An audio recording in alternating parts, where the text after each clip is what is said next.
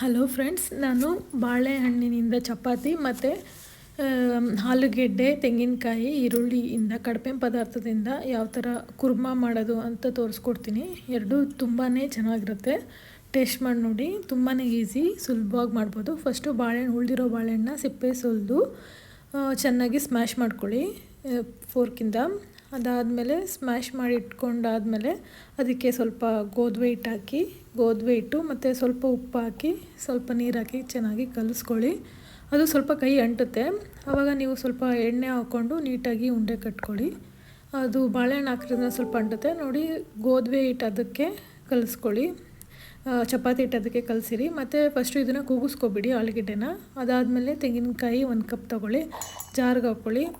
ತೆಂಗಿನಕಾಯಿ ಹಾಕಾದ್ಮೇಲೆ ಸ್ವಲ್ಪ ಲವಂಗ, ಆಮೇಲೆ ಸ್ವಲ್ಪ ಚಕ್ಕೆ, ಅದಾದಮೇಲೆ ಸ್ವಲ್ಪ ಮೆಣಸು ಹಾಕಿ ಅದಾದಮೇಲೆ ಚೆನ್ನಾಗಿ ಪೌಡ್ರ್ ಮಾಡಿ ಸ್ವಲ್ಪ 4 ಬೆಳ್ಳುಳ್ಳಿ ತೊಗೊಳ್ಳಿ. 4 ಬೆಳ್ಳುಳ್ಳಿ, ಅರ್ಧ ಈರುಳ್ಳಿ ಹಾಕಿ ಸ್ವಲ್ಪ ನೀರು ಹಾಕಿ ಚೆನ್ನಾಗಿ ರುಬ್ಕೊಳ್ಳಿ. ರುಬ್ಬಾದ್ಮೇಲೆ ಅದಕ್ಕೆ ಸ್ವಲ್ಪ ಅರಿಶಿನ, ಖಾರದ ಪುಡಿ ಮತ್ತು ಅದಕ್ಕೆ ಸ್ವಲ್ಪ ಧನಿಯಾ ಪುಡಿ ಹಾಕಿ ಇನ್ನೊಂದು ಸತಿ ಚೆನ್ನಾಗಿ ರುಬ್ಕೊಳ್ಳಿ. ಬೇಕಾದ್ರೆ ಟೊಮೊಟೊ ಬೇಕಾದರೆ ಹಾಕ್ಕೊಳ್ಳಿ.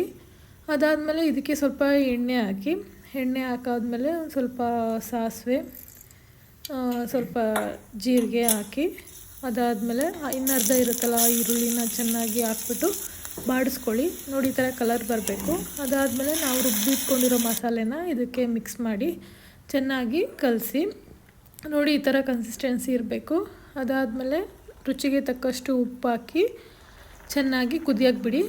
ಕುದಿ ಬಂದಮೇಲೆ ನಾವು ವಿಷಲ್ ಹೊಡ್ಸ್ಕೊಂಡಿರ್ತೀವಲ್ಲ ಆಲೂಗೆಡ್ಡೆನ ಇಷ್ಟು ಚಿಕ್ಕದಾಗಿ ಕಟ್ ಮಾಡಿ ಅದಕ್ಕೆ ಹಾಕಿ ಸ್ವಲ್ಪ ಬೇಯಕ್ಕೆ ಬಿಡಿ, ಉರಿ ಮುಚ್ಚಿಬಿಟ್ಟು. ಅದಾದಮೇಲೆ ಸ್ವಲ್ಪ ನಾವು ಹಿಟ್ಟನ್ನು ಚಿಕ್ಕದಾಗಿ ತಗೊಂಡು ನಾವು ಪ್ಲಾಸ್ಟಿಕ್ ಕವರ್ಗೆ ಒಂಚೂರು ಎಣ್ಣೆ ಹಾಕಿ ಅದನ್ನು ಸ್ವಲ್ಪ ಹರ್ಕೊಳ್ಳಿ. ಅದಾದಮೇಲೆ ಹಂಚಿಗೆ ಹಾಕಿ ಹಂಚಲ್ಲಿ 2 ಕಡೆನೂ ಚೆನ್ನಾಗಿ ಬೇಯಿಸಿ. ನಾವು ಚಪಾತಿನ ಹೇಗೆ ಬೇಯಿಸ್ತೀವಿ ಹಾಗೆ ಬೇಯಿಸಿ. ಅಷ್ಟರೊಳಗಡೆ ಇದು ಕುರ್ಮಾ ಆಗಿರುತ್ತೆ. ಸೊ ಮೇಲೆಲ್ಲ ಎಣ್ಣೆ ಬಿಟ್ಕೊಂಡಿದೆ. ಇವಾಗ ಚೆನ್ನಾಗಿ ಮಿಕ್ಸ್ ಮಾಡಿ ಟೇಸ್ಟ್ ಮಾಡಿ. ತುಂಬಾ ಚೆನ್ನಾಗಿರುತ್ತೆ.